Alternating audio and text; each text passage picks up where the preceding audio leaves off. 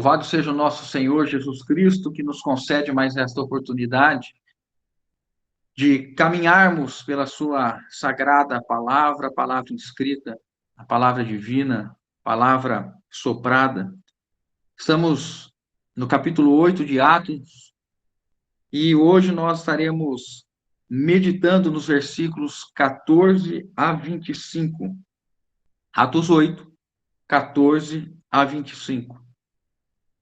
Eu vou fazer a leitura e peço que os irmãos acompanhem. O texto começa assim, versículo 14. Ouvindo os apóstolos que estavam em Jerusalém, que Samaria recebera a palavra de Deus, enviaram-lhe Pedro e João, os quais, descendo para lá, oraram por eles para que recebessem o Espírito Santo. Porquanto não havia ainda descido sobre nenhum deles, mas somente haviam sido batizados em o nome do Senhor Jesus. Então, eles impunham as mãos e recebiam estes o Espírito Santo. Vendo, porém, Simão, que pelo fato de imporem os apóstolos as mãos, era concedido o Espírito, ofereceu-lhes dinheiro, propondo: concedei-me também a mim este poder, para que aquele sobre quem eu impuser as mãos receba o Espírito Santo. Pedro, porém, lhe respondeu: o teu dinheiro seja contigo para a perdição, pois julgastes adquirir por meio dele o dom de Deus.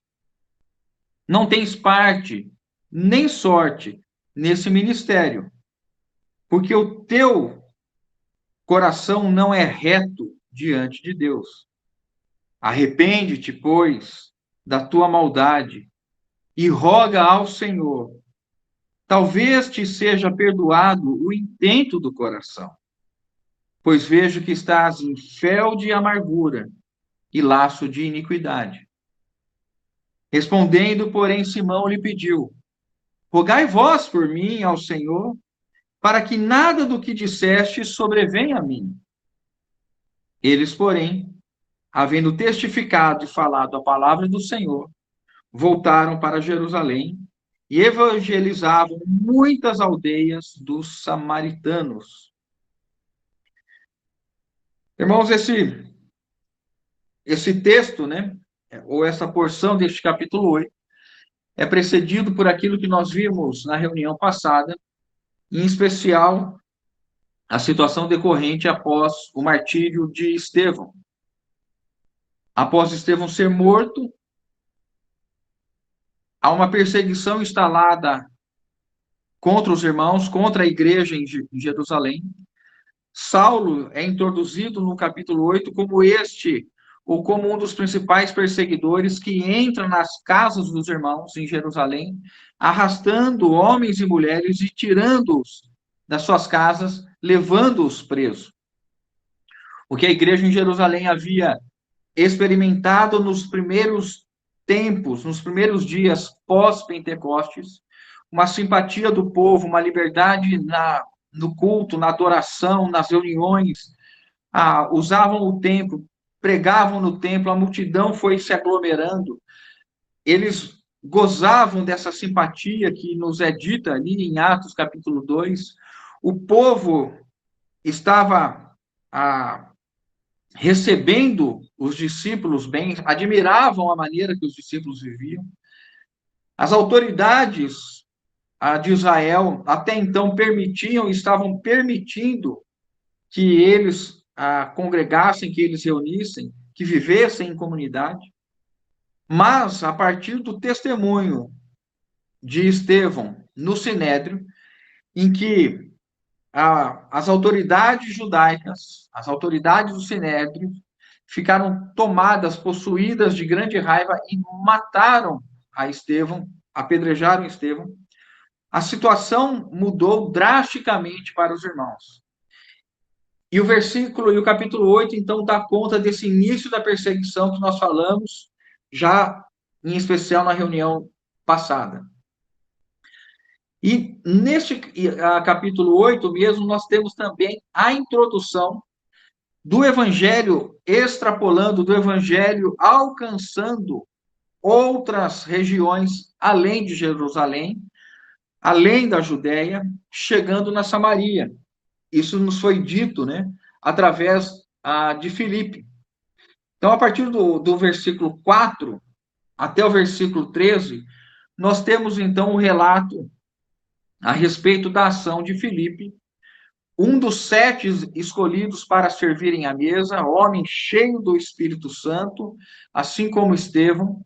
Esses irmãos que no início foram destacados para o serviço às mesas, atender as viúvas helenistas que estavam sendo esquecidas da alimentação. Esses irmãos também foram usados pelo Senhor, através do Espírito Santo, para outras atividades, para desempenho de outros dons. E aqui nós tivemos tanto Estevão fazendo sinais, fazendo prodígios, causando admiração, e Filipe também está nesse patamar dos irmãos, fazendo sinais, fazendo prodígios e provocando entre os samaritanos um olhar de atenção.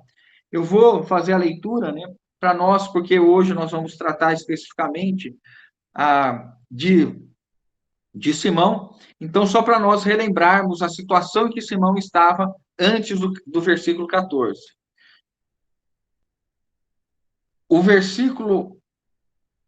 Então, o versículo 5, né? Filipe, descendo a cidade de Samaria, anunciava-lhes a Cristo. As multidões atendiam unânimes às coisas que Filipe dizia, ouvindo-as e vendo os sinais que ele operava. Pois os espíritos imundos de muitos processos saíam gritando em alta voz. E muitos paralíticos e coxos foram curados. Houve uma grande alegria naquela cidade. Destaque, irmãos, para uma realidade onde o evangelho do nosso Senhor Jesus Cristo chega, onde a luz chega, as trevas são dissipadas, onde o reino de Deus chega, os espíritos imundos saem, os possessos são libertos, os cegos ganham visão, os coxos andam.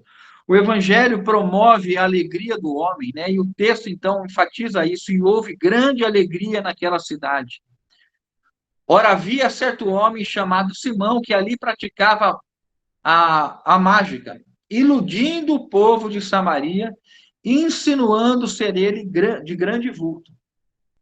Ao que todos davam ouvidos, do menor ao maior, dizendo: este homem é o poder de Deus, chamado o grande poder. Aderiram a ele porque havia muito os iludira com mágicas.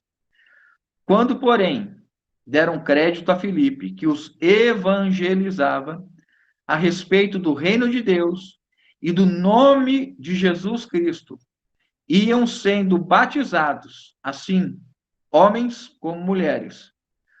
O próprio Simão abraçou a fé e, tendo sido batizado, acompanhava Filipe de perto, observando extasiados sinais e grandes milagres praticados. Então, agora, o versículo 14, nós vamos dar continuidade, mas já temos esse contexto e fomos relembrados da situação de Simão. Simão, então, para nós deixarmos aqui já preparado para quando nós chegarmos e retomarmos o assunto de Simão, Simão era este homem que estava enganando e iludindo os samaritanos nessa cidade, né? Não sabemos se era exatamente a capital Samaria ou se era uma das cidades da Samaria, porque as traduções divergem nisso. Umas versões dizem uma das cidades de Samaria, outras versões colocam a cidade de Samaria. Mas a ênfase é que os samaritanos estavam agora recebendo o evangelho, como nosso Senhor Jesus Cristo havia determinado que acontecesse em Atos capítulo 1:8. E recebereis poder assim que descer o Espírito Santo sobre vós, e sereis minhas testemunhas em Jerusalém, toda a Judéia, Samaria e até os confins da terra. Então, como nenhum dos desígnios de Deus pode ser frustrado, e a vontade de Deus, ela se cumpre e é estabelecida pelo Senhor, o evangelho, então, agora está alcançando os samaritanos, alcançando a região da Samaria, e nós temos, então, Filipe manifestando um grande poder e pregando o reino de Deus e o nome de Jesus Cristo, mostrando, irmãos, e isso é muito importante para nós, que nós estamos como testemunhas do nosso Senhor com uma pregação. Nós somos pregadores do Evangelho. Nós temos um comissionamento de pregar o Evangelho. E o Evangelho consiste no reino de Deus, no anúncio do reino de Deus e no nome do nosso Senhor Jesus Cristo. Lembrando que quando a Bíblia, por conta da cultura judaica, quando fala nome, se refere à pessoa. Então, Filipe ensinava a respeito do reino de Deus, olha, se arrependam, porque é vindo o reino dos céus, o reino de Deus é chegado. E eu quero anunciar que há um varão que Deus estabeleceu para ser o Senhor e Salvador de todos os homens que vierem a crer nele, Jesus Cristo. Então, nós que estamos o tempo todo em contato com as pessoas, nós devemos saber o que é anunciar a palavra de Deus. A palavra de Deus consiste em nós anunciarmos a vinda do reino dos céus, a vinda e a manifestação do reino dos céus, o reino de Deus, na pessoa, no nome do nosso Rei, do nosso Salvador, do nosso Redentor, Jesus Cristo. Neste nome está a salvação, porque não há qualquer outro nome pelo qual importa que os homens sejam salvos, senão o nome de Jesus Cristo. Nome diante do qual todo joelho se dobrará. Então a Samaria recebe poderosamente o evangelho, porque esses homens e mulheres estavam debaixo do ensino apostólico em Jerusalém, estavam se reunindo diariamente, estavam tendo comunhão, estavam guardando o ensinamento dos apóstolos, mantendo comunhão com os apóstolos, mantendo comunhão entre eles, perseverando no fundamento dos apóstolos, na comunhão, nas orações, no partir do pão. Esses irmãos, quando são dispersos, então, eles têm o fundamento apostólico. Eles sabem o que eles devem anunciar. E Filipe, então, quando está em Samaria, ele tem a mensagem do reino dos céus. Ele está apto a ensinar os irmãos, as pessoas, para que crendo se tornem irmãos e sejam salvos pelo nosso bendito Senhor. E aí, então, no versículo 14, algo interessante aqui acontecendo. Os apóstolos, quando eles ouvem que Samaria recebera a palavra de Deus, então nós entendemos o que Lucas está dizendo, o que era a palavra de Deus. A palavra de Deus é este ensino a respeito de Cristo, Atos 8:5, né? Fala que pregava a respeito de Cristo, anunciava-lhes Cristo. O próprio Filipe anunciava Cristo. E os versículos de Atos 8:12 que nós acabamos de ler, fala que ele ensinava a respeito do reino de Deus e do nome do nosso Senhor Jesus Cristo. Lembrando que quando nós olhamos para isso e os apóstolos ali ouvem em Jerusalém que Samaria agora recebera a palavra de Deus, isso é algo extraordinário, irmãos, porque nós precisamos retomar toda a rivalidade, toda a beligerância, ou seja, toda a aptidão de guerra, de conflito, né, que existia entre os judeus e os samaritanos. Eles não se davam, não conviviam. A Judéia é uma região de Israel mais ao sul, né, a Palestina mais ao sul, faz divisa com Samaria, e mais ao norte nós temos a Galileia. Quando alguém da Judéia queria ir para a Galileia, eles desviavam da Samaria para poder chegar na Galileia. Não se importavam em andar mais, mas não queriam encontrar com os samaritanos. Os samaritanos somente tomavam os 5 primeiros livros como os livros inspirados, então somente o ensino de Moisés, o Pentateuco, era aceito pelos samaritanos. Eles tinham um lugar próprio de adoração, no Monte Gerizim, onde eles cultuavam e adoravam a Jeová. E quando o Senhor encontra com a mulher samaritana, João 4, o Senhor relata isso de modo muito claro. Não é nem neste monte, falando a mulher samaritana, nem em Jerusalém. Mas Deus procura os verdadeiros adoradores que adoram em espírito e em realidade. A mulher samaritana disse: olha, vocês adoram em Jerusalém, nossos pais adoram neste lugar. E aí Jesus dá essa resposta que eu mencionei. E lembrando que a mulher samaritana se admira do Senhor estar ali, como tu, sendo judeu, sendo homem e judeu, ainda pede a mim, uma mulher samaritana, para lhe dar água. Nós estamos olhando e tentando entrar na grandiosidade da ação de Deus em juntar dois povos que eram rebeldes, que eram rivais, que não se davam, viviam em constante litígio. Eles estão agora em cumprimento da palavra de Jesus, dizendo que o evangelho deveria chegar aos samaritanos. Os apóstolos, fiéis à palavra do Senhor, e recordando certamente o que o Senhor havia dito, quando ouvem que os samaritanos estão recebendo a palavra vinda de judeus, irmãos, isso é extraordinário. Eles estavam recebendo Filipe e os demais irmãos que tinham saído na dispersão, que estavam deixando para trás Jerusalém. E eles, samaritanos, estavam agora sendo acolhedores à palavra de Deus trazida pelos judeus. Diante desse cenário, Pedro e João são enviados ali para Samaria. Pedro, certamente o principal dos apóstolos. Pedro e João, na verdade, compunham o círculo mais íntimo dos apóstolos de Jesus. Pedro é o nome que aparece em todas as listas de apóstolo, é o primeiro nome em Mateus, em Lucas, em Marcos. Pedro é o primeiro nome mencionado. Pedro e João constituem, então, junto com Tiago, esse círculo mais íntimo. Quando o Senhor se transfigura no monte, quem está ali com eles? Pedro, Tiago e João. Então, aqui há uma razão muito específica por Pedro e João serem destacados pelo corpo apostólico, pelo colegiado apostólico em Jerusalém, para eles estarem com os irmãos samaritanos, ou com aqueles que viriam a se tornar irmãos. Eles são enviados, e agora, eles chegando ali em Samaria, versículo 15 e 16 diz assim: os quais, descendo para lá, Pedro e João, oraram por eles para que recebessem o Espírito Santo, porquanto não havia ainda descido sobre nenhum deles, mas somente haviam sido batizados em nome do nosso Senhor Jesus.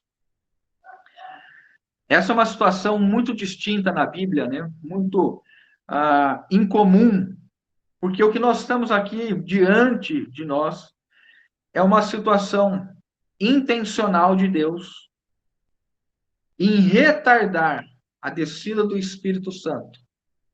Porque o que estava para acontecer seria o rompimento desta rivalidade, desse litígio entre duas nações, ou dois povos, ou duas etnias, judeus e samaritanos, que eram considerados pelos judeus um povo impuro, de mistura, de miscigenação, porque os samaritanos, quando houve o cativeiro babilônico, a grande maioria dos judeus foi levada, alguns judeus permaneceram, e eles, então, se relacionaram com os povos que estavam ali em Jerusalém, os estrangeiros que chegaram em Jerusalém, e eles, então, se miscigenaram, se misturaram, e houve, por parte dos judeus, quando retornaram, uma rejeição, porque eles se tornaram impuros diante da tradição judaica, de considerar somente judeu aquele que é descendente de pai e mãe judeus. Quando eles se tornam, então, agora mestiços, quando eles têm agora combinação de sangue, de etnia, os samaritanos são totalmente rejeitados pelos judeus. Então, nesse versículo 15, o que acontece, irmãos? Por que é dito que eles tinham sido batizados no nome do Senhor Jesus, mas não havia recebido, não havia descido sobre eles o Espírito Santo? Quando nós lemos que o batismo é uma determinação do Senhor, isso é importante, né? Nós que estamos incumbidos do anúncio do Evangelho, nós devemos sempre anunciar a fé em Jesus Cristo, o reino de Deus, e falarmos do batismo a todas as pessoas que estão sendo discipuladas por nós. Nós não podemos ignorar que o batismo é algo que o Senhor determinou ali em Mateus 28, 18 e 20, quando ele disse: ide por toda a terra, fazendo discípulos a todas as nações, batizando-as em nome do Pai, do Filho e do Espírito Santo, ensinando-as a guardar todas as coisas. Percebam, irmãos, que o batismo não é uma escolha do homem, não é uma faculdade do homem, mas é uma determinação estabelecida pelo nosso Senhor para aqueles que são dele, venham a cumprir em obediência a sua palavra e sejam batizados. Então, quando é dito em Atos que os irmãos Pedro e João chegaram em Samaria e eles haviam recebido corretamente a palavra, a pregação do evangelho tinha sido correta, o reino de Deus anunciado, o nome do nosso Senhor Jesus Cristo anunciado, Cristo havia sido pregado, eles haviam crido e foram batizados, mas o Espírito Santo não desceu. Lembrando que em Atos, quando ocorre o Pentecostes em Jerusalém, Pedro diz que eles se arrependessem e fossem batizados. E naquele dia o Espírito Santo desceu e batizou e veio habitar neles. E até mesmo Pedro cita a profecia de Joel, dizendo que o Espírito Santo seria derramado em toda a carne. E aqui, irmãos, nós estamos muito próximos de ver mais uma extensão do cumprimento, porque aqui a carne samaritana está para ser batizada pelo Espírito Santo de Deus. Então, nesse momento, a questão que nós devemos fazer é: havia algum erro, alguma falha nos samaritanos terem sido batizados no nome de Jesus Cristo? Não, de modo nenhum. Eu vou citar rapidamente para os irmãos. Atos 2, se os irmãos quiserem somente anotar, eu vou ler, mas somente para os irmãos terem a referência que o batismo no nome de Jesus Cristo é absolutamente correto, absolutamente bíblico. Atos 2, 38, Pedro diz assim: respondeu-lhes Pedro: arrependei-vos e cada um de vós seja batizado em nome de Jesus Cristo, para a remissão dos vossos pecados, e recebereis o dom do Espírito Santo. Atos 10, 48, que é a situação em que Pedro está na casa de Cornélio, que é lá nós vemos, então, mais um grupo étnico sendo batizado.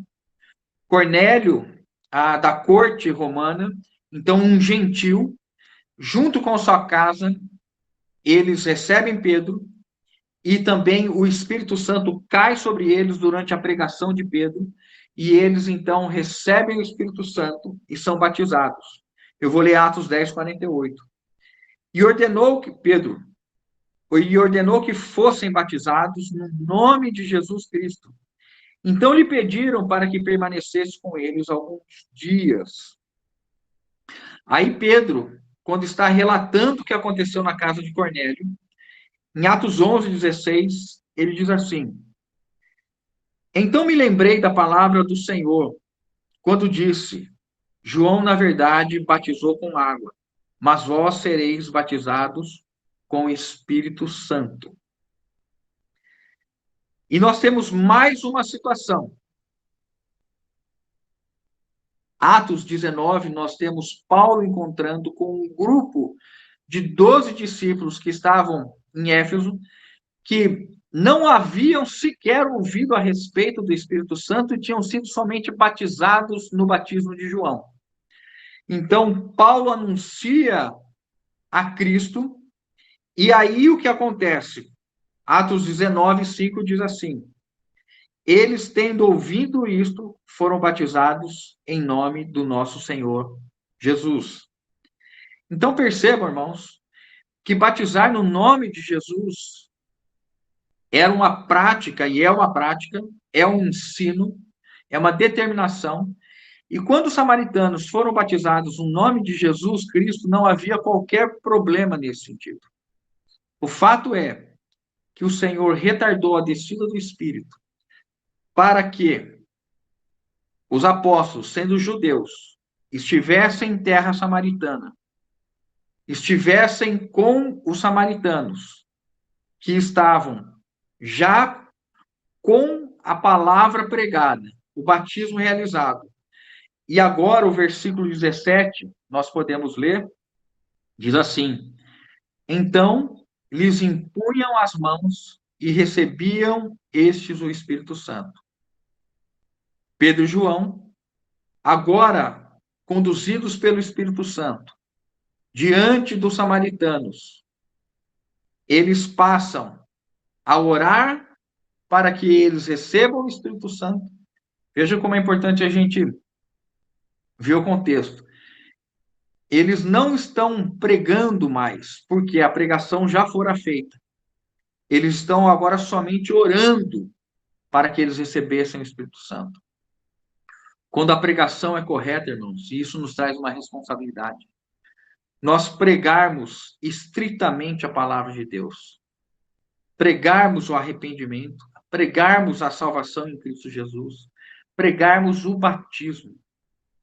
Nós que estamos em contato com as pessoas, estamos discipulando, estamos evangelizando, as pessoas estão vindo, estão em contato conosco, nós devemos anunciar o evangelho de modo cabal. Jesus Cristo estabeleceu que aqueles que crescem nele deveriam ser batizados no nome do Pai, do Filho e do Espírito Santo. Esse é o nome de Jesus Cristo, o Pai, o Filho e o Espírito Santo, né?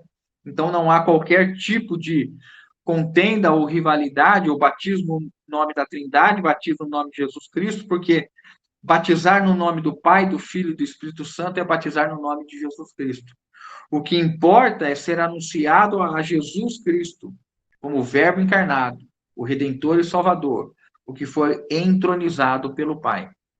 E nesse momento, então, só para nós destacarmos que quando Pedro e João chegam aos samaritanos, eles simplesmente oram para que eles recebam o Espírito Santo e passam a impor as mãos.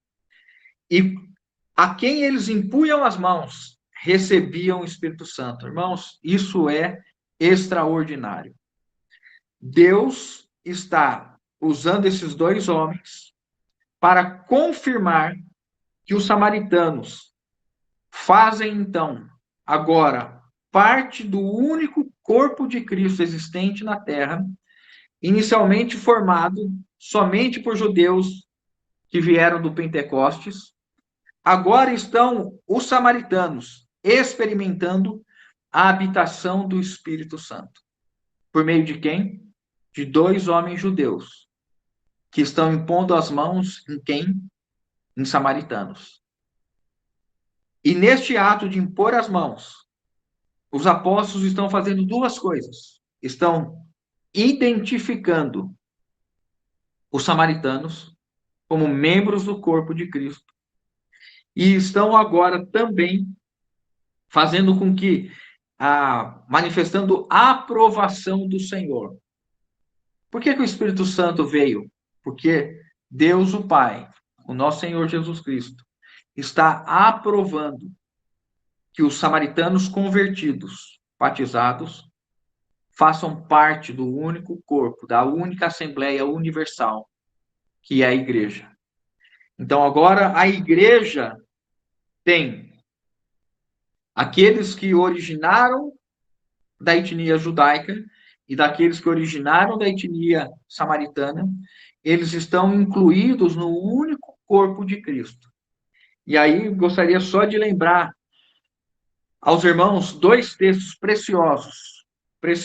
Colossenses 3:11. Paulo, falando a respeito do corpo de Cristo, ele diz assim: no qual não pode haver grego nem judeu, circuncisão nem incircuncisão, bárbaro, cita, escravo, livre, porém Cristo é tudo em todos. Colossenses 3:11. E 1 Coríntios 12:13 diz: pois em um só Espírito, todos nós fomos batizados em um corpo, quer judeus, quer gregos, quer escravos, quer livres, e a todos nós foi dado beber de um só Espírito. Quando os samaritanos agora recebem o Espírito Santo, eles são batizados em um corpo, eles são mergulhados num único corpo, onde os judeus convertidos já estavam, os samaritanos agora estão, e eles agora bebem de um único Espírito. Nós lembramos também de Efésios, quando fala que Cristo, Deus estava em Cristo na cruz, reconciliando os judeus e os gentios em um só corpo, né? Quando a Bíblia usa esse termo, judeus e gentios, ela pega os extremos, por quê? Porque os samaritanos estão entre judeus e gentios, porque os samaritanos têm parte da linhagem judaica, mas tem também a miscigenação advinda dos gentios. Então, quando fala de judeus e gentios, os samaritanos estão incluídos, porque os samaritanos estão no meio do caminho. Eles são um povo miscigenado, mestiço, um povo misturado. E os extremos estão entre judeus e gentios. Então, quando é dito aqui, pois em um só Espírito, todos nós fomos batizados em um corpo, quer judeus, quer gregos, estão incluídos os samaritanos. Quer escravos, quer livres, toda a ordem de classe, de posição social dos homens. E a todos nós foi dado beber de um só Espírito. Irmãos, o que nós aprendemos aqui dessa primeira parte, antes de nós entrarmos agora para falarmos de Simão e de tudo aquilo que vai desenrolar, né, a partir de Simão? Há um ensino poderoso a respeito da obra do Evangelho anunciada neste ato. O Senhor enviou e amou o mundo de tal maneira que enviou o nosso Senhor Jesus Cristo para que todo aquele que nele crê não pereça, mas tenha a vida eterna. Deus ama todos os homens e o Evangelho é para alcançar todos os homens indistintamente, homens e mulheres. E o Evangelho, ele é o poder de Deus para salvação. Nós, quando pregamos o Evangelho, nós devemos olhar para aquilo que nós estamos sendo conduzidos em Atos. Há uma pregação fundamentada exclusivamente no ensino bíblico, no fundamento dos apóstolos. Uma pregação em que o reino dos céus é anunciado, em que o pecado é anunciado, a condição do homem pecador, a condição de um arrependimento, a necessidade de um batismo, a necessidade de viver em comunidade, em assembleia, na igreja. Se alguém recebe da nossa parte o discipulado, é evangelizado por nós, e nós negligenciamos falar do batismo, nós negligenciamos que ele deve viver em comunidade. Irmãos, imagine se eu e você, convertidos há 20, 30 anos, não estivéssemos vivendo em comunidade. Nós não teríamos recebido os dons, não haveria uma troca de dons, um alimentar de dons, nós não teríamos a manifestação do amor, porque Paulo diz, né, que nós só podemos conhecer a profundidade, a extensão, a largura do amor de Cristo com todos os santos. Quando nós olhamos que a pregação do Evangelho foi fiel em alcançar aqueles que naturalmente eram inimigos dos judeus, estes homens e mulheres que saíram de Jerusalém cheios do Espírito Santo, sem fazer distinção, estavam sendo fiéis na comissão que o nosso Senhor concedeu a eles. E isso fala conosco. Fala a respeito da nossa fidelidade na pregação, na responsabilidade, na seriedade, irmãos, do que é pregar o Evangelho. Do que é ter discípulos, não para nós, mas estar discipulando, estar evangelizando. Agora, o versículo 18, nós vamos entrar numa outra questão. E aqui nós olhamos Simão. A partir de então, nós vamos ter a questão de Simão. E cabe um destaque aqui, irmãos, muito importante. Porque Simão estava ocupando na Samaria, junto aos samaritanos, uma posição de um mágico, de um feiticeiro, de alguém que fazia e operava por meio do ocultismo. Satanás estava utilizando este homem para manter cativo os samaritanos. Tanto é que o texto que antecede, que nós vimos na semana passada, fala que no versículos. Cadê? Versículo 9. Ora, havia certo homem chamado Simão que ali praticava mágica, iludindo o povo de Samaria, insinuando ser ele de grande vulto, ao qual todos davam ouvidos, do menor ao maior, dizendo: este homem é o poder de Deus, chamado o grande poder. Irmãos, nós não podemos ignorar os desígnios de Satanás, os ardis do maligno.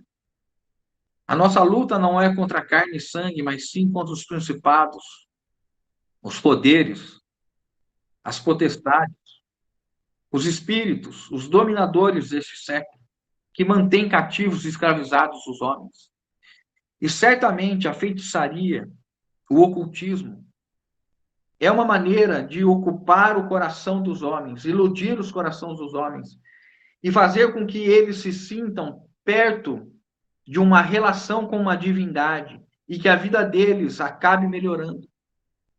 Quantas pessoas hoje são guiadas e governadas por horóscopo, por astrologia, são guiadas pelo espiritismo, são guiadas por ensinos de demônios, recebem espíritos, fazem prognósticos, adivinhações, feitiços.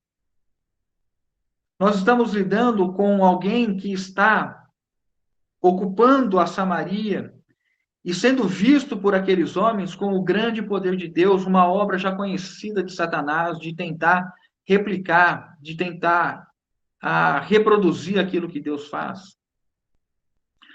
Os irmãos se lembram quando Moisés começou a fazer os sinais perante Faraó, que ali os mágicos também faziam os sinais e reproduziam de modo semelhante. A feitiçaria é algo que a Bíblia condena e que a Bíblia coloca como algo que não herdarão o reino dos céus, os feiticeiros. Aqui, então, nós olhamos o Espírito Santo expulsando demônios, como foi dito aqui, né? Olha a situação dos samaritanos, o versículo 7. Pois os espíritos imundos de muitos possessos saíam gritando em alta voz, e muitos paralíticos e coxos foram curados. Quando o evangelho chega, os demônios, Satanás sai.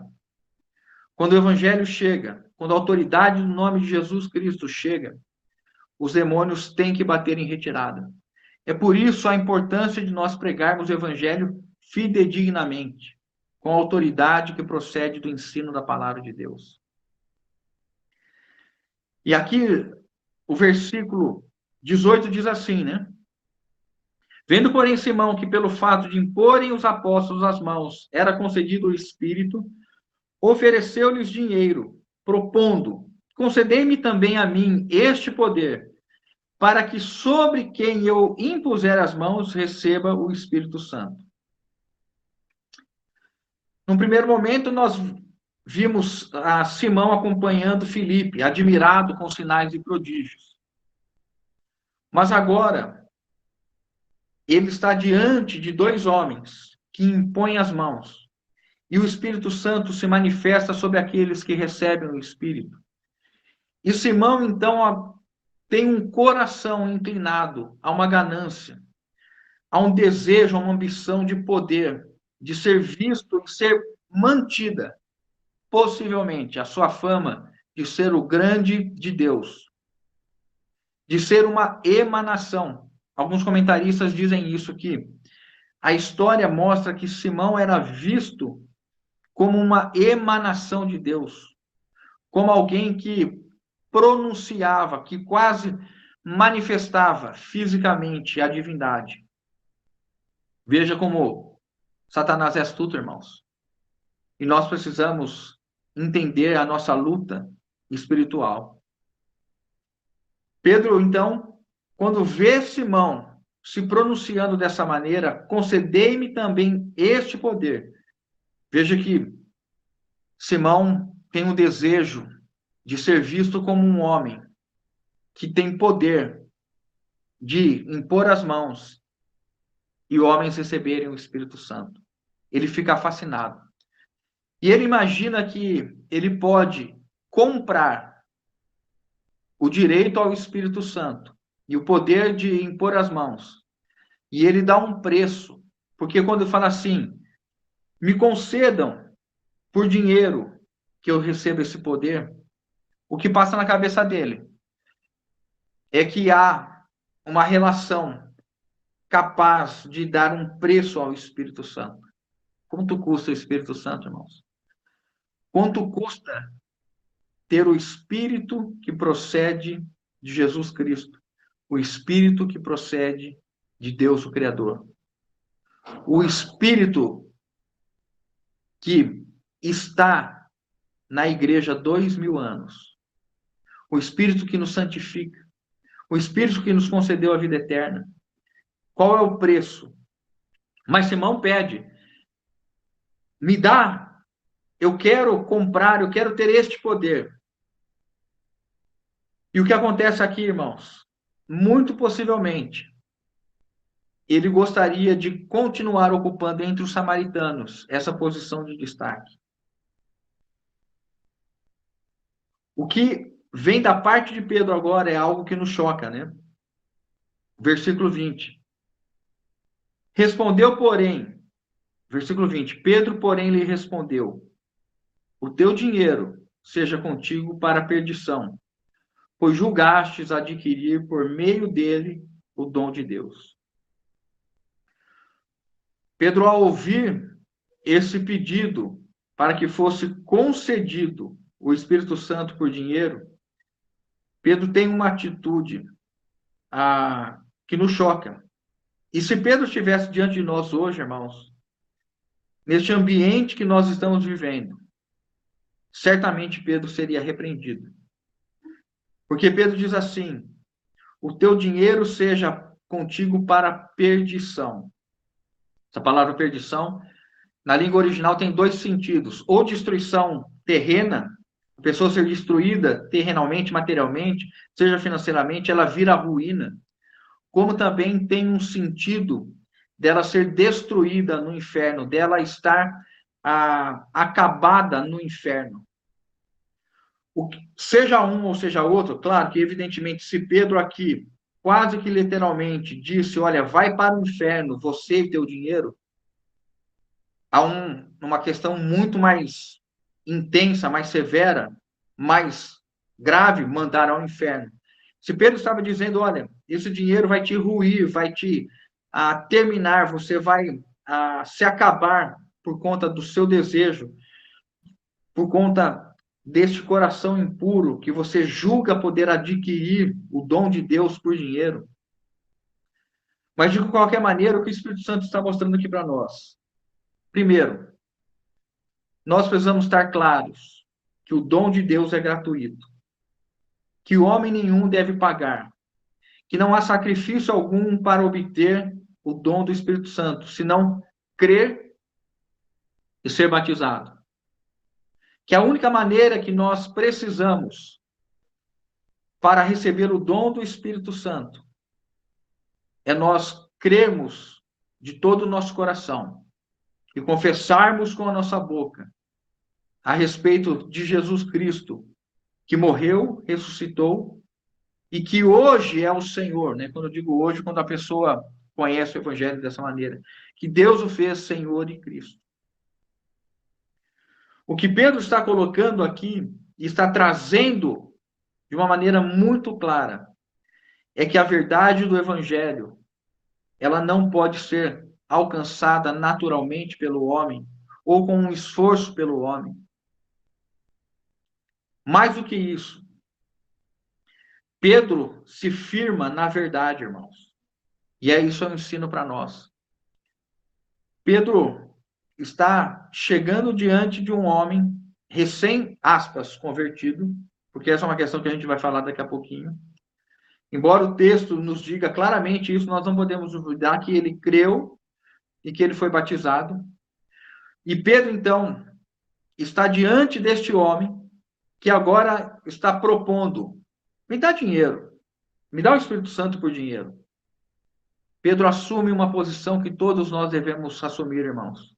A verdade do Evangelho é inegociável, inegociável.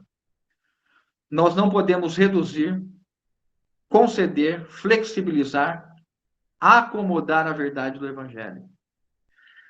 A nossa posição do Evangelho, pelo Evangelho, muitas vezes traz ódio do mundo, e isso é bíblico. E vocês serão perseguidos por causa do meu nome. A ideia hoje, moderna, de uma ação política, de não ser politicamente incorreto, de ser um evangelho sem incomodar, um evangelho em que as palavras são medidas com receio, em que se visa o que vai ser dito, negligenciando a palavra. As pregações de hoje em dia praticamente subtraíram o pecado.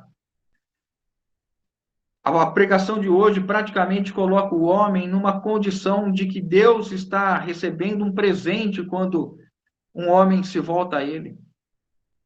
Jesus te ama. Jesus te ama. Jesus é amor. Isso é legalismo. Isso é coisa de conservador, de fundamentalista. E o evangelho tem sido esvaziado, os fundamentos do evangelho têm sido esvaziados, irmão. As pregações que nós vemos hoje na internet, eu ouço muita pregação, procuro me manter muito bem atento ao que está acontecendo. Diversos irmãos de diversos contextos, eu ouço bastante. E o que a gente vê são heresias que eu não quero nem falar para os irmãos, de pessoas que nós olhando imaginaríamos que deveriam anunciar o evangelho bíblico, mas que basta dizer que os pecados estão perdoados e que agora siga sua vida com Jesus. Venha fazer parte dessa comunidade. Não há transformação, não há arrependimento. Não há um choro. O arrependimento genuíno produz, irmãos, o arrependimento produz frutos. Um homem arrependido é um homem que quer se voltar a Cristo, largar o pecado, largar a velha vida. Jesus é amor. Sim, Jesus é amor. Mas Jesus prega uma transformação. Porque se não houver transformação, não precisa de Cristo. Porque aí é uma fraternidade ou uma comunidade de interesse humano, de convívio. A comunidade cristã, a igreja, é o corpo de Cristo. É a casa de Deus, onde a regra, onde a verdade, onde o ensino, a vontade é de Deus. E Deus deseja que nós sejamos transformados e conformados à imagem de Cristo. mensagens que visam não deixar as pessoas desconfortáveis. Quanto maior a assembleia, mais difícil fica a pregação hoje em dia. Por que que nós nos encontramos vendo Pedro de uma maneira tão enfática, dizendo, sem qualquer preocupação, e aqui eu não estou dizendo que nós devemos pregar a verdade com raiva, com ódio, com brutalidade, não é isso. Mas a verdade é inegociável. 2 Pedro 13:8 diz, porque nada podemos, 2 Coríntios 13:8, porque nada podemos contra a verdade, senão em favor da própria verdade.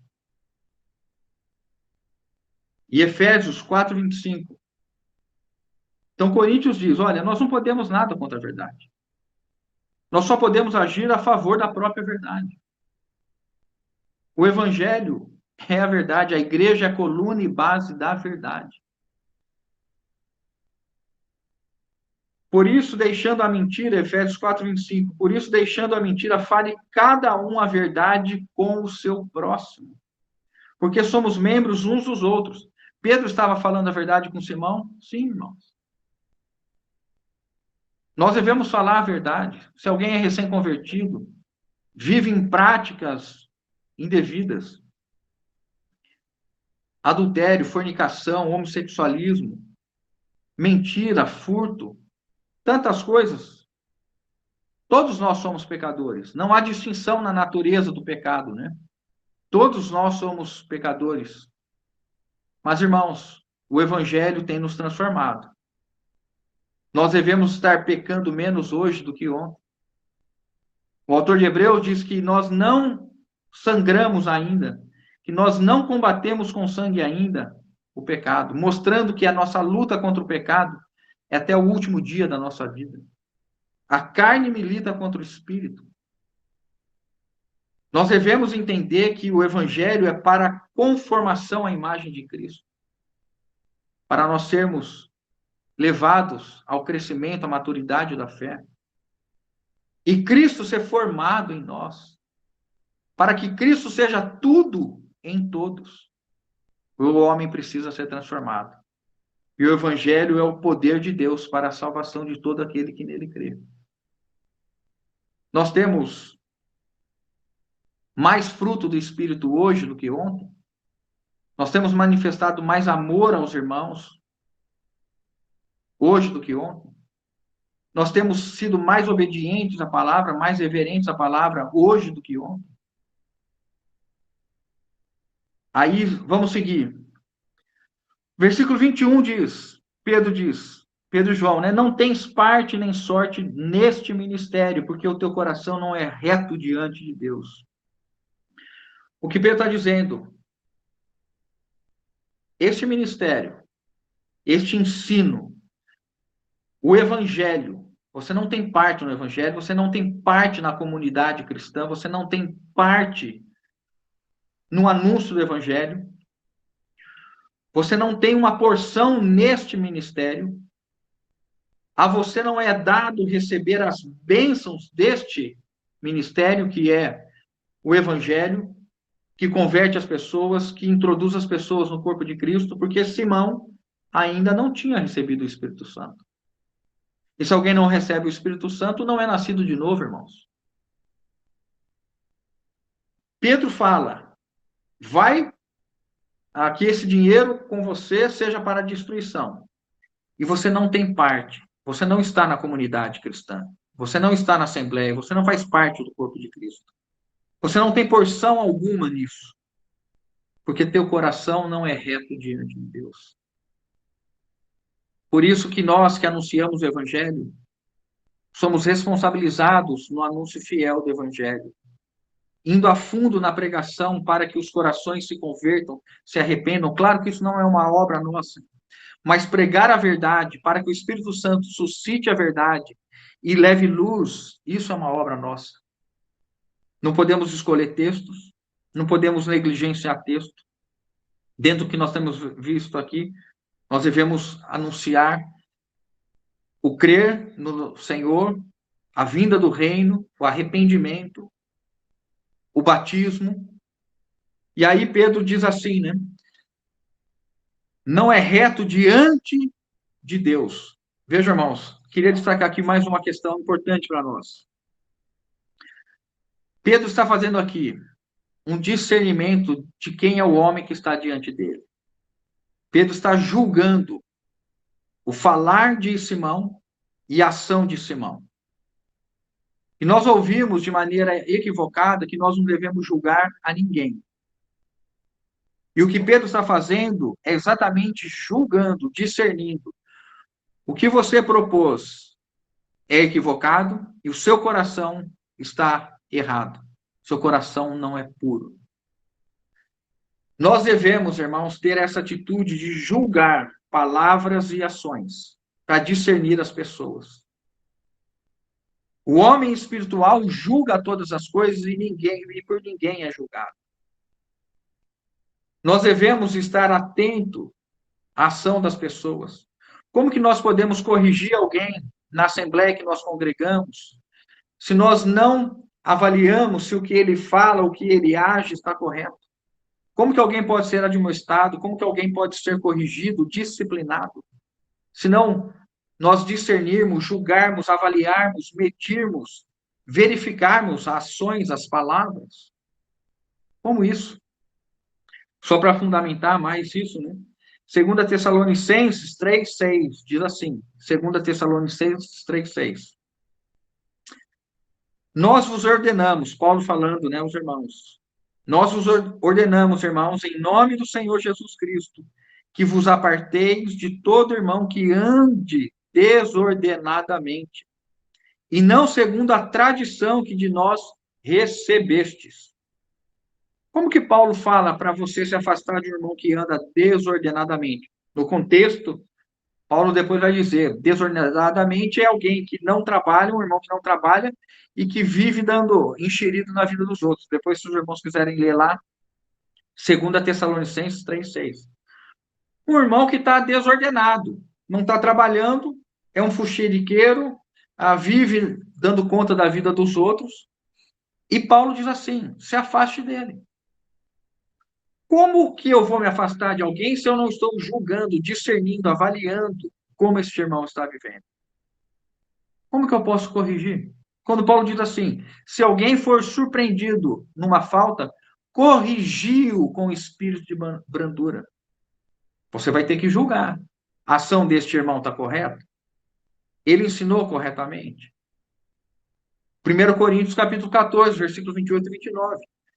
Havendo profetas entre vós, sejam 2 ou 3, que profetizem e os demais julguem. Numa assembleia, quando alguém se põe a falar em nome de Deus, os irmãos que ouvem têm que julgar. Agora, neste momento, exatamente, os irmãos têm que julgar. O que está sendo dito é bíblico. O que está sendo dito está dentro do contexto do ensino.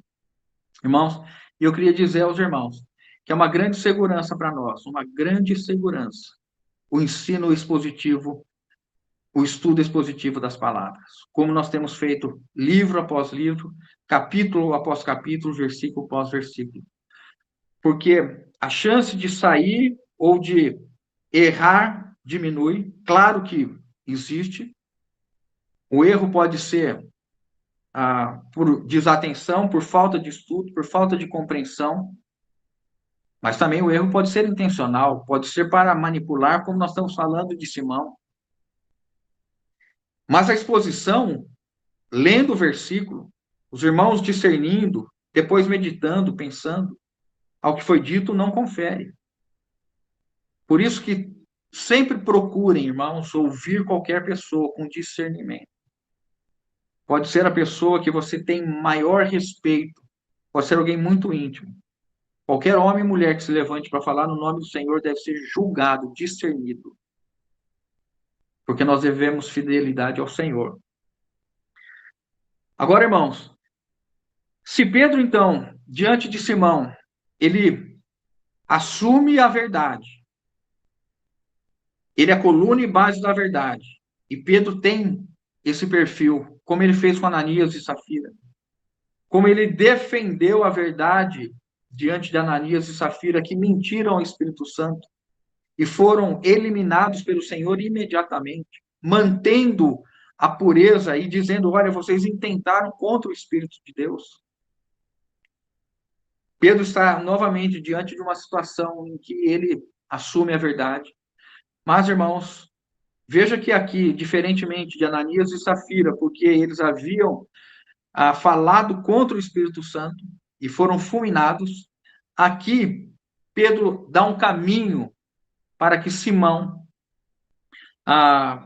possa, então, se arrepender. Olha o versículo 22. Arrepende-te, pois, da tua maldade e roga ao Senhor, talvez te seja perdoado o intento do coração, pois vejo que estás em fel de amargura e laço de iniquidade. Essa é uma pregação correta. Em Atos 2, Pedro diz, né, nós lemos Atos 2:38, arrependam-se.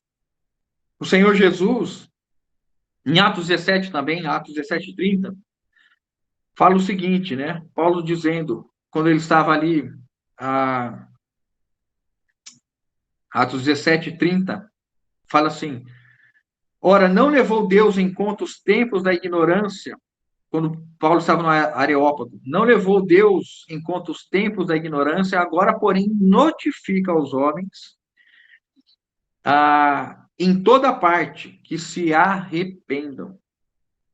O Senhor Jesus, Mateus 4:17, daí por diante passou Jesus a pregar e a dizer: arrependei-vos, pois está próximo o reino dos céus. Marcos 1:14-15. Depois de João ter sido preso, foi Jesus para a Galiléia pregando o evangelho de Deus, dizendo: o tempo está cumprido, o reino de Deus está próximo. Arrependei-vos e crede no evangelho. Pedro está agora mostrando uma porta. Embora Pedro, todos os comentaristas que eu li 1, 2, 3, 4 comentaristas, irmãos. 5 comentaristas. Eu li 5 comentaristas, todos usam esse termo que Pedro havia proferido uma maldição sobre Simão. E neste momento, Pedro, então, mostra o que o evangelho é e como o evangelho age. Há uma porta para sair da perdição eterna. Há uma porta de escape para a condenação, para que os homens sejam livres da ira de Deus. Arrepende-te. O arrependimento está dentro do contexto da pregação do evangelho. Irmão, a quem você está discipulando, evangelizando, seja enfático em mostrar que há uma questão de mudança de mente. Os homens devem se arrepender porque até então eles estavam vivendo para si mesmos, como Simão, buscando seus próprios interesses, a sua cobiça. E ele está agora, como Pedro diz, cadê onde ele fala? Num fel de amargura e laço de iniquidade. O coração dele está cheio de maldade. Por isso que ele falou: arrepende-te da tua maldade. É um homem que está sem o Espírito Santo, embora tenha crido e sido batizado, sem a presença do Espírito Santo, irmãos, não há o novo nascimento. Então, aqui nós devemos olhar para Simão como alguém que está numa condição inadequada, porque ele tinha um coração de ganância, de interesse próprio, mas o arrependimento é a porta para todo homem. Arrependa-se. Declare que você quer a vontade de Deus. Pai nosso que estais no céu, santificado seja o vosso nome. Venha a nós o vosso reino. Seja feita a vossa vontade. Os homens devem se arrepender por viverem para si mesmos, buscando seus próprios interesses. E agora há um reino onde a vontade de Deus deve ser feita. Esse arrependimento tem sido tão negligenciado. Pregações sem a necessidade de arrependimento. Irmão, se nós estamos pregando o evangelho e há entre nós um recém-convertido fornicário, alguém que tem uma lascívia, que vive se relacionando sexualmente fora do casamento, um adúltero, um homossexual. Nós recebemos, a igreja recebe, o evangelho recebe todo pecador que se arrepende. Todo pecador que reconhece que é um pecado a sua prática. Por isso que há uma necessidade de confissão. 1 João, capítulo 1, 7. Se confessarmos os nossos pecados, ele é fiel e justo. 1 João 1, 9 e 10. Se confessarmos os nossos pecados, ele é fiel e justo para nos perdoar os pecados e purificar nossa injustiça. Tanto ensinamento hoje, né, numa outra linha agora, dentro dos ensinos, das correntes de pensamento do homem, né, as correntes sociais, as ciências sociais, tem, e hoje a gente vê tanto ensinamento, né, da autoestima, falando que o homem nasceu para ser um vencedor, para liderar, que isso vem criando uma dureza.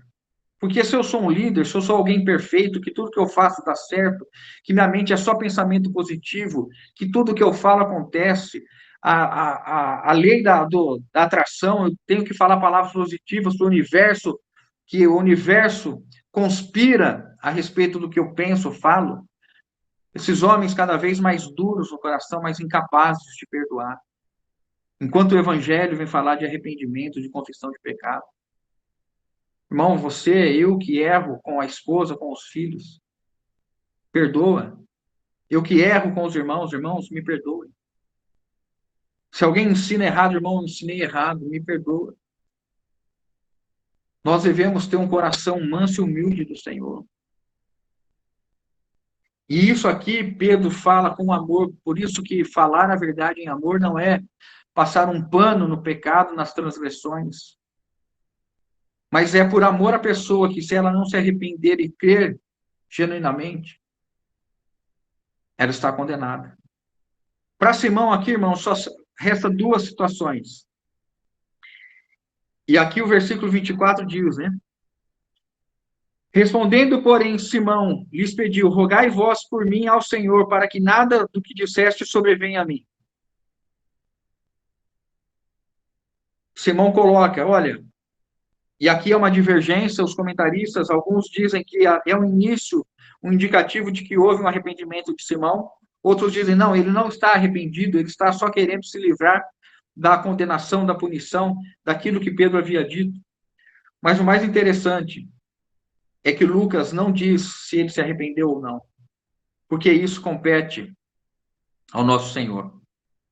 Este julgamento de dar ao homem aquilo que vai acontecer não é nosso. Um homem só tem dois tribunais, ou nós passaremos por duas situações, todo ser humano.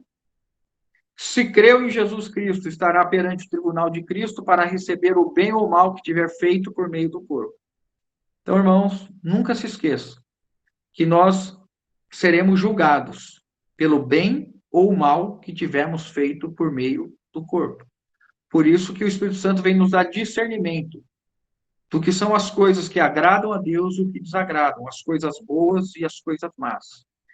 E se nós, ainda que habitados pelo Espírito Santo, fizermos coisas ruins, nós seremos disciplinados pelo Senhor. A nossa recompensa no tribunal de Cristo será a disciplina. A nossa aprovação no tribunal de Cristo será a recompensa. Por isso que, para um crente, alguém que recebeu o Espírito Santo, ele está desenvolvendo a salvação. Cristo está sendo formado. Nós não estamos prontos. Não é porque nós recebemos o Espírito Santo que nós estamos prontos. Cristo está sendo formado. Nós estamos sendo conformados. Tanto é que nós receberemos o bem ou o mal. Se nós já estivéssemos prontos pelo Espírito Santo habitando em nós, quem teria feito o mal? Nós chegaríamos no tribunal e se Cristo vier falar, olha, você agiu mal, não, mas é o Espírito Santo que é o responsável. É isso? Não. É a tua responsabilidade, a minha responsabilidade em desenvolver a salvação. Permitir que Cristo seja formado, que nós manifestemos o fruto do Espírito. E se alguém não creu em Jesus, tem um outro tribunal. Qual é? O trono branco. Porque o nome não estará no livro da vida. e será lançado no lago de fogo, que é a segunda morte. Por quê? Tendo oportunidade, tendo recebido o evangelho, rejeitou a Cristo. E nós vemos que o Senhor ama os homens e quer que todos os homens se arrependam e cheguem ao pleno conhecimento da verdade. O desejo de Deus é que todo homem seja salvo e chegue ao pleno conhecimento da verdade. Então, se Simão se arrependeu, se foi salvo, se recebeu o Espírito Santo, se está com o nome no livro da vida, isso não compete a nós. Mas o ensino bíblico aqui, irmãos, vem mostrar que nós devemos temer o nosso Senhor e viver uma vida devotada ao Senhor. Entendam, irmãos, que na casa de Deus as regras são estabelecidas por Deus. Nós não estamos vivendo num lugar onde nós podemos fazer o que quiser, anunciar o evangelho da maneira que quiser. Nós lemos um versículo que Paulo fala assim: vocês precisam guardar as tradições. A igreja de Deus, a casa de Deus, no sentido que Paulo fala, o ensino que foi dado pelos apóstolos é a nossa tradição. Nós vivemos pela tradição apostólica, pelo fundamento dos apóstolos. A casa de Deus estabeleceu como base o batismo e a ceia do Senhor, as duas ordenanças, os dois sacramentos. Nós devemos ver isso com santidade, reverência. A mesa do Senhor é um dos pilares adotados em Atos 2. E eles perseveravam na doutrina dos apóstolos, na comunhão, nas orações e no partir do pão. A casa de Deus não é um lugar onde nós minimizamos, onde nós ditamos as regras de como deve ser. Não fomos nós que estabelecemos nos reunir, nos congregar para a ceia do Senhor. Foi o Senhor que estabeleceu, é uma ordenança do Senhor. E, por outro lado, nós devemos nos alegrar, irmãos, muito, porque a nós foi dado as bênçãos do Evangelho, e nós somos abençoados com toda sorte de bênção. E nós devemos gozar, e nós devemos nos alegrar, e nós devemos exultar em tudo aquilo que o Senhor tem dado para nós, com reverência, com temor, porque nós estamos na casa de Deus, o Espírito de Deus é santo. Que nós vivamos dessa maneira, irmãos. Entendendo que essa porção do Evangelho, ela vem mostrar que as coisas devem ser feitas e vividas segundo aquilo que está estabelecido na palavra de Deus. Nenhum dos desígnios de Deus pode ser frustrado. A casa de Deus vai ser edificada e eu edificarei a minha igreja.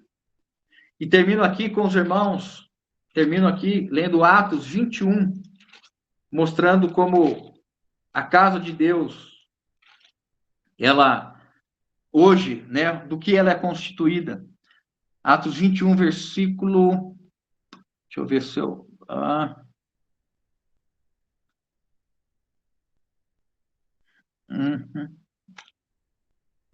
Deixa eu ver.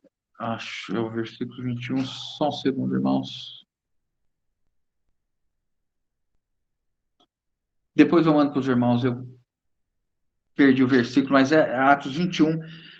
Depois eu vou falar para os irmãos o que diz. Fala que a igreja gozava de paz, tanto na Judéia, na Samaria e na Galileia, mostrando que o evangelho, porque Deus havia determinado que o evangelho chegasse em todas as nações, em todos os lugares. A igreja gozava agora, a igreja estava constituída. E em Atos 21 vai dizer isso, porque em Atos 10 nós vamos ver os gentios sendo recebidos para dentro do corpo de Cristo. Aqui hoje nós recebemos os samaritanos, os judeus já estão, os samaritanos estão, faltam gentios que chegarão em Atos 10. E dessa maneira nós entendemos que a casa de Deus é o lugar para satisfazer o coração de Deus. É o lugar para nós vivermos a plenitude da presença de Deus, porque nós somos habitados pelo Espírito Santo e gozamos dessa alegria do Espírito Santo de vivermos para o Senhor e sermos esses que são seus filhos, e estão buscando agradar o seu Senhor de todo o coração, né? Louvado seja o Senhor, e que nós guardemos isso, irmãos, essa fidelidade, essa a proposta de viver segundo o Evangelho, anunciando o Evangelho fidedignamente, integralmente, para a honra e glória do nosso Senhor Jesus Cristo.